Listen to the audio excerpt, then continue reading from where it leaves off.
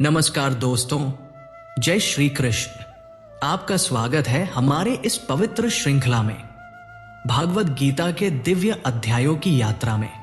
अब तक हम 5 अध्यायों को समझ चुके हैं और आज हम प्रवेश कर रहे हैं अध्याय 6 में, जिसे कहा गया है ध्यान योग, यानी आत्म संयम और ईश्वर से एकत्व का योग।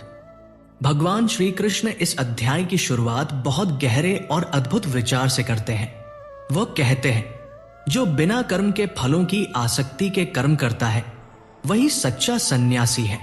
अब जरा सोचिए, हम में से बहुत से लोग ये मानते हैं कि सन्यास का अर्थ है सब कुछ छोड़ देना, घर परिवार से दूर हो जाना और जंगलों में भटकना। पर श्री कृष्ण कहते हैं, नहीं अर्जुन, सच्चा सन्यासी वह नहीं जो कर्म से भागे, बल्कि वह है जो कर्म करते हुए भी फल की आसक्ति से मुक्त रहे। यही है कर्मयोग और सन्यास का सच्चा सामंजस्य। भगवान समझाते हैं कि कर्म तो जीवन का स्वभाव है। कोई भी व्यक्ति बिना कर्म किए एक पल भी नहीं रह सकता। फिर सवाल यह नहीं कि कर्म करें या ना करें, बल्कि सवाल यह है कि कर्म करते समय हमारा भाव क्या है। यदि हम कर्म इस भावना से करते हैं, मुझे ही इसका परिणाम पाना है, मुझे ही इसका लाभ मिलना चाहिए, तो हम बंधन में पड़ जाते हैं। पर यदि हम वही कर्म कर्तव्य भावना से करें, ये कार्य मैं ईश्वर को समर्पित कर रहा हूं, इसका फल जो भी हो वो उसी की इच्छा से होगा, तो वही कर्म हमें मुक्ति की ओर ले जाता है। श्री कृष्ण का यह संदेश बहुत गहरा है। वे कहते हैं, सन्यास कर्म का नहीं, आसक्ति का होना चाहिए। यानी कर्म करते रहो, लेकिन अपने भीतर त्याग का भाव रखो। यही सच्चे योग का प्रारंभ है। जब व्यक्ति बिना किसी स्वार्थ के कर्म करता है, तो उसके भीतर एक दिव्य शांति उतरने लगती है। वह समझने लगता है कि मैं केवल एक उपकरण हूं, वास्तविक कर्ता तो ईश्वर है। और यही भाव हमें अहंकार से मुक्त करता है, हमें कर्म में स्थिरता देता है और हमारे मन को ध्यान के लिए तैयार करता है। इसलिए श्री कृष्ण कहते हैं, हे अर्जुन, सच्चा योगी वही है जो कर्म करता हुआ भी मन से विरक्त रहता है। संक्षेप में समझिए, कर्म से भागना नहीं है, कर्म में लीन होकर भी फल की इच्छा छोड़नी है। यही है कर्मयोग और सन्यास का अद्भुत संतुलन। दोस्तों, अब हम बात करेंगे उस शक्ति की जो किसी भी योगी की नींव है, और वो है आत्मनियंत्रण। श्री कृष्ण अर्जुन से कहते हैं, योगी वह है जो अपने मन और इंद्रियों पर नियंत्रण रखता है। अब सोचिए, हमारा मन कितना चंचल होता है। आज की खुशी, कल का दुख, यहां की लालसा, वहां का भय, सारे भाव लगातार हमें घेर लेते हैं और हमारी इंद्रियां हमेशा बाहरी वस्तुओं की ओर खिंचती रहती है। अंदर की शांति तब तक नहीं मिलती जब तक हम अपने मन और इंद्रियों के स्वामी नहीं बनते। श्री कृष्ण कहते हैं, जो स्वयं को नियंत्रित कर लेता है वही सच्चा योगी है। वह चाहे किसी भी परिस्थिति में हो, सुख दुख उसे विचलित नहीं कर सकते। वह स्वयं का मित्र बन जाता है और स्वयं का शत्रु भी। यही आत्मनियंत्रण हमें स्वतंत्र बनाता है। जब हम अपनी इच्छाओं और भावनाओं को समझदारी से नियंत्रित करना सीखते हैं, तो हम मन को स्थिर कर सकते हैं। मन स्थिर हुआ तो ध्यान संभव हुआ, और ध्यान से ही आत्म साक्षात्कार और परम शांति मिलती है। यह बिल्कुल वैसा है जैसे नदी का पानी जब बहाव में होता है तो अराजक दिखाई देता है, लेकिन बांध बनाकर उसे नियंत्रित किया जाए तो वह जीवन और उर्वरता का स्रोत बन जाती है। श्री कृष्ण इसे इसी प्रकार समझाते हैं, मन और इंद्रियां नियंत्रित हो तो योगी जीवन में स्थिर और शांत रहता है, और यही योग का पहला और सबसे मजबूत आधार है। संक्षेप में समझिए, मन और इंद्रियों पर नियंत्रण योग का मूल आधार। आत्मनियंत्रण ही व्यक्ति को वास्तविक स्वतंत्रता और स्थिरता देता है। बिना आत्मनियंत्रण के कोई भी साधना अधूरी रहती है। दोस्तों, अब हम उस सच्चाई की ओर बढ़ते हैं जो हमारे जीवन की सबसे बड़ी प्रेरणा बन सकती है। श्री कृष्ण अर्जुन से कहते हैं, उद्धरेदात्मनात्मानम अर्थात मनुष्य को स्वयं ही अपने द्वारा ऊपर उठना चाहिए। सोचिए, कितनी बार हम किसी चीज के लिए दूसरों पर निर्भर हो जाते हैं। हम चाहते हैं कि लोग हमारी मदद करें, हमें मान दें या हमारी सराहना करें। पर गीता हमें यही सिखाती है कि वास्तविक उन्नति और आत्म साक्षात्कार का मार्ग केवल स्वयं की कोशिश और आत्म अनुशासन से संभव है। श्री कृष्ण कहते हैं, स्वयं ही आपका मित्र और शत्रु है। मतलब ये कि अगर हम स्वयं के विचारों और भावनाओं को समझकर नियंत्रित करें तो हम अपने सबसे बड़े मित्र बन जाते हैं। लेकिन यदि हम अपने मन की चंचलता और इच्छाओं पर ध्यान नहीं देंगे तो वही मन हमारा सबसे बड़ा शत्रु बन जाता है। ये बहुत गहरा संदेश है। हमारे जीवन में बाहरी परिस्थितियां सीमित होती हैं, लेकिन असली चुनौती हमारे भीतर है। मन को संयमित करना, अपने विचारों को दिशा देना और इंद्रियों को नियंत्रित करना, यही हमारे जीवन की सबसे बड़ी परीक्षा है। और जब कोई व्यक्ति इस परीक्षा में सफल हो जाता है तो उसे किसी बाहरी सहायता की आवश्यकता नहीं रहती। उसका जीवन स्थिर, शांति से भरा और ईश्वर के अनुग्रह में स्थिर हो जाता है। श्री कृष्ण इसे इस तरह समझाते हैं, हे अर्जुन, यदि कोई व्यक्ति स्वयं की उन्नति में लगे तो उसे कोई भी शक्ति, परिस्थिति या बाधा रोक नहीं सकती। संक्षेप में समझिए, आत्म सुधार और उन्नति का मार्ग केवल स्वयं के प्रयास से संभव है। स्वयं का मित्र बनो, स्वयं का शत्रु भी पहचानो। बाहरी परिस्थितियां सीमित है, असली संघर्ष अपने भीतर है। दोस्तों, अब हम उस रहस्य की ओर बढ़ते हैं जो हर साधक के जीवन को स्थिरता और शांति प्रदान करता है। श्री कृष्ण अर्जुन से कहते हैं, योगी वह है जो अपने जीवन में सब कुछ संतुलित रखता है। अब सोचिए, जीवन में हम अक्सर एक्सट्रीम्स में फंस जाते हैं, कभी अत्यधिक खाने पीने, कभी पूरी भूख मिटा देने तक। कभी बहुत सोते हैं, कभी नींद पूरी न करके थक जाते हैं, कभी अत्यधिक काम में डूब जाते हैं, कभी आलस्य में समय गंवाते हैं। श्री कृष्ण कहते हैं, न बहुत अधिक न बहुत कम, यही योग का मार्ग है। मतलब जो योगी हर चीज में मध्यम मार्ग अपनाता है, वह संतुलित आहार लेता है, पर्याप्त नींद लेता है और अपने कर्मों में संयम रखता है। ऐसा जीवन न केवल शारीरिक स्वास्थ्य देता है बल्कि मन को भी स्थिर करता है। जब जीवन का ये संतुलन बन जाता है तो व्यक्ति का मन हर परिस्थिति में शांत रहता है। वो ना तो अत्यधिक सुख में गर्व करता है, ना ही दुख में टूटता है। वो हर स्थिति को सहजता और एकाग्रता के साथ देखता है। श्री कृष्ण इसे इस तरह समझाते हैं, हे अर्जुन, अपने जीवन को संतुलित रखो, अपने मन और शरीर को नियंत्रण में रखो, तभी ध्यान योग संभव है। यह संतुलन जीवन को एक सुंदर धारा की तरह बहने देता है। न रुकावट होती है, न अवसाद, न अस्थिरता। संतुलित जीवन से ही योगी ध्यान में स्थिर हो पाता है और ईश्वर के अनुभव तक पहुंचता है।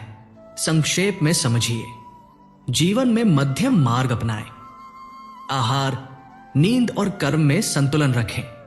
संतुलन से मन स्थिर होता है और ध्यान की अवस्था संभव होती है। दोस्तों, अब हम उस दिव्य स्थिति की ओर बढ़ रहे हैं जिसे गीता में ध्यान योग कहा गया है। श्री कृष्ण अर्जुन से कहते हैं, योगी वह है जो ध्यान में स्थिर है, अपने मन को नियंत्रित कर ईश्वर में लीन रहता है। सोचिए, ध्यान की अवस्था कैसी होती है। जब कोई साधक ध्यान में बैठता है, उसका शरीर शांत होता है, सिर और रीढ़ की हड्डी सीधी रहती है जैसे एक स्थिर स्तंभ, आंखें आधी बंद, दृष्टि स्थिर और मन हर व्याकुलता से मुक्त। श्री कृष्ण कहते हैं, ध्यान योग का अर्थ केवल आंखें बंद करके बैठना नहीं है। यह वह अवस्था है जब व्यक्ति का मन और इंद्रियां किसी भी बाहरी चीज में नहीं उलझती। मन एक ही बिंदु पर केंद्रित होता है, ईश्वर पर, अपनी आत्मा पर। इस अवस्था में योगी अनुभव करता है सुख दुख, सम्मान सम्मान, लाभहानि जैसी बातें उसे प्रभावित नहीं करती। वह सभी परिस्थितियों में समान भाव रखता है। श्री कृष्ण इसे इस प्रकार बताते हैं, जो मन से स्थिर है वही सच्चा योगी है। जो बाहरी भ्रम और वासनाओं से दूर है वही मोक्ष की ओर बढ़ता है। और ध्यान की ये अवस्था साधक के जीवन में अद्भुत शांति और शक्ति लेकर आती है। मन शांत होता है, बुद्धि स्पष्ट होती है और आत्मा को अपनी वास्तविक पहचान का अनुभव होता है। मित्रों, ये ध्यान योग ही वो मार्ग है जो साधक को ईश्वर से सीधे जोड़ता है। ये न केवल आंतरिक शांति देता है बल्कि जीवन को एक नई दिशा और अर्थ प्रदान करता है। संक्षेप में समझिए, ध्यान योग मन और इंद्रियों का नियंत्रण, शरीर स्थिर, मन स्थिर, दृष्टि स्थिर। योगी हर स्थिति में समान भाव से स्थित रहता है। यही अवस्था आत्म साक्षात्कार और ईश्वर के अनुभव की कुंजी है। दोस्तों, अब हम उस चुनौती की ओर बढ़ते हैं जो हर साधक के मार्ग में सबसे बड़ी बाधा बनकर आती है, और वह है मन की चंचलता। श्री कृष्ण अर्जुन से कहते हैं, मन बहुत चंचल है अर्जुन, इसे नियंत्रित करना कठिन है, पर अभ्यास और वैराग्य से इसे जीतना संभव है। सोचिए, हमारा मन कितना अस्थिर है। आज हमें एक चीज चाहिए, कल दूसरी। कभी हम सुख में बह जाते हैं, कभी दुख में टूट जाते हैं, कभी लालसा, कभी डर। यह सब मन को विचलित करता रहता है। श्री कृष्ण इसे समझाने के लिए कहते हैं, जैसे वायु नहीं थमती वैसे ही मन चंचल रहता है, पर साधना और ध्यान से इसे स्थिर किया जा सकता है। ध्यान योग का अभ्यास इसीलिए आवश्यक है। जब हम प्रतिदिन अभ्यास करते हैं, अपनी इच्छाओं और भावों पर ध्यान देते हैं, तो धीरे धीरे मन की चंचलता कम होती है, मन स्थिर होता है और साधक अपने भीतर की शांति और संतोष का अनुभव करता है। श्री कृष्ण इसे इस प्रकार कहते हैं, हे अर्जुन, मन को नियंत्रित करना कठिन है, पर जो प्रयास करता है और संयम रखता है वही सच्चा योगी है। और याद रखिए, यह संघर्ष केवल प्रारंभ में कठिन लगता है। जैसे जैसे अभ्यास बढ़ता है, मन और इंद्रियां आपकी आज्ञा का पालन करने लगती हैं। तब साधक अनुभव करता है, मैं अपने मन का स्वामी हूं। मित्रों, यही संदेश हमें देता है गीता का ये बिंदु। मन की चंचलता ही हमारा सबसे बड़ा शत्रु है और ध्यान, संयम और अभ्यास ही उसका विजय मार्ग है। संक्षेप में समझिए, मन चंचल है और आसानी से विचलित होता है। ध्यान और संयम से ही इसे नियंत्रित किया जा सकता है। जो मन को जीत लेता है वही सच्चा योगी और स्वामी बनता है। दोस्तों, अब हम उस दिव्य अनुभव की ओर बढ़ रहे हैं जो साधक को ध्यान योग से प्राप्त होता है, और वह है आत्म साक्षात्कार और परम शांति। श्री कृष्ण अर्जुन से कहते हैं, जो योगी ध्यान में स्थिर है वह सुख दुख, मान अपमान, लाभ हानि जैसी परिस्थितियों से परे रहता है। उसका मन कभी विचलित नहीं होता। वह आत्मा की शांति का अनुभव करता है और मुझ में लीन रहता है। सोचिए, जब कोई साधक हर परिस्थिति में संतुलित रहता है, उसका मन हर प्रकार की परेशानियों और वासनाओं से मुक्त होता है, तो वह अनुभव करता है, मैं केवल शरीर और विचार नहीं हूं, मैं आत्मा हूं। यह अनुभव साधक को जीवन में अद्भुत शांति और स्थिरता देता है। वो किसी बाहरी चीज से प्रभावित नहीं होता, न वह किसी की बुराई से डरता है, न किसी की प्रशंसा में गर्व करता है। ध्यान योग का ये फल केवल सांसारिक सुख नहीं देता, यह व्यक्ति को अपने भीतर की दिव्यता और ईश्वर से एकत्व का अनुभव कराता है। यही वह अवस्था है जब साधक अपने वास्तविक स्वरूप और परमात्मा के साथ एकाकार हो जाता है। श्री कृष्ण इसे इस प्रकार बताते हैं, ध्यान में स्थिर साधक संसार में रहता है, पर संसार उससे प्रभावित नहीं होता। वो हमेशा आत्मा और ईश्वर की शांति में मग्न रहता है। मित्रों, यही ध्यान योग का परम फल है। मन, बुद्धि और आत्मा का एकाकार होना और परमात्मा में लीन होकर जीवन की हर परिस्थिति में स्थिर रहना। संक्षेप में समझिए, ध्यान योग आत्म साक्षात्कार और परम शांति का मार्ग। योगी सुख दुख, मान अपमान से परे स्थिर रहता है साधक अपने भीतर की दिव्यता और ईश्वर से एकत्व का अनुभव करता है। दोस्तों, कभी कभी हम सोचते हैं, अगर मैं ध्यान या योग में सफल नहीं हुआ तो क्या मेरा प्रयास व्यर्थ हो गया? श्री कृष्ण इस शंका का उत्तर देते हैं और इसे बहुत ही सरल और गहराई से समझाते हैं। वे कहते हैं, अर्जुन, यदि कोई योगी अपने अभ्यास में असफल भी हो जाए तो उसका प्रयास व्यर्थ नहीं जाता। ऐसे व्यक्ति को अगले जन्म में भी योग का लाभ मिलता है और वो वहीं से अपनी साधना आगे बढ़ा सकता है। सोचिए, ये कितना अद्भुत और आश्वस्त करने वाला विचार है। कभी भी असफलता को अंतिम समझना नहीं चाहिए। यदि मनुष्य ने प्रयास किया, अभ्यास किया और ईश्वर के मार्ग पर कदम बढ़ाया तो उसका जीवन हमेशा सफलता की ओर अग्रसर रहता है। इसका मतलब है, निराशा को अपने जीवन में जगह नहीं देनी चाहिए। असफलता केवल अनुभव है जो हमें मजबूत बनाता है। गीता हमें सिखाती है कि प्रयास ही वास्तविक योग है और प्रयास कभी व्यर्थ नहीं जाता। श्री कृष्ण इसे इस तरह समझाते हैं, साधक चाहे असफल हो जाए पर उसका मन और प्रयास ईश्वर के स्मरण और साधना के मार्ग में स्थिर रहता है, इसलिए उसे कभी निराश नहीं होना चाहिए। मित्रों, यही गीता की शिक्षाओं का अनमोल संदेश है। हमारी कोशिशें और साधना हमेशा मूल्यवान होती है और ईश्वर कभी भी हमारे प्रयासों को व्यर्थ नहीं जाने देते। संक्षेप में समझिए, योग में असफलता, अनुभव और सीख। प्रयास कभी व्यर्थ नहीं जाते। अगले प्रयास और जन्म में साधक वही योग आगे बढ़ाता है। निराशा का कोई स्थान नहीं। प्रयास ही वास्तविक सफलता है। दोस्तों, अब हम उस दिव्य स्थिति की ओर बढ़ते हैं जो साधक को सबसे ऊंचा स्थान देती है और वह है योगी का श्रेष्ठत्व। श्री कृष्ण अर्जुन से कहते हैं, सभी तपस्वियों, ज्ञानियों और कर्मियों में श्रेष्ठ वही है जो श्रद्धा और भक्ति से मेरा ध्यान करता है और मुझ में लीन रहता है। सोचिए, संसार में कितने प्रकार के साधक होते हैं।